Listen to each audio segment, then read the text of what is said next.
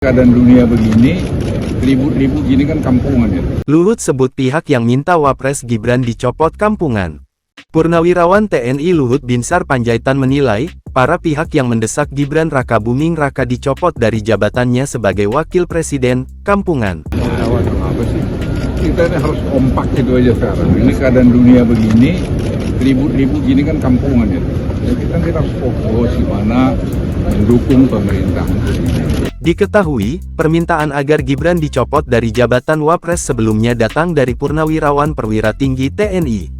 Salah satunya, Wakil Presiden ke-6 RI, Try Sutrisno yang juga ayah dari Panglima Komando Gabungan Wilayah Pertahanan Pangkogabu Wilhan I, Letjen Kunto Arif Wibowo. Usai dukungan itu mencuat, Letjen Kunto dimutasi dari jabatannya menjadi staf khusus Kasat.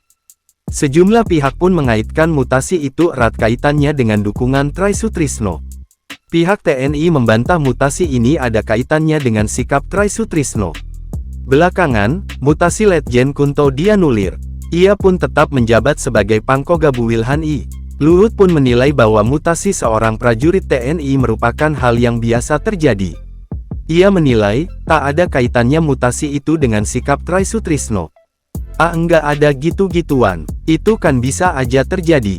Enggak ada hal yang aneh-aneh kok itu, ungkapnya.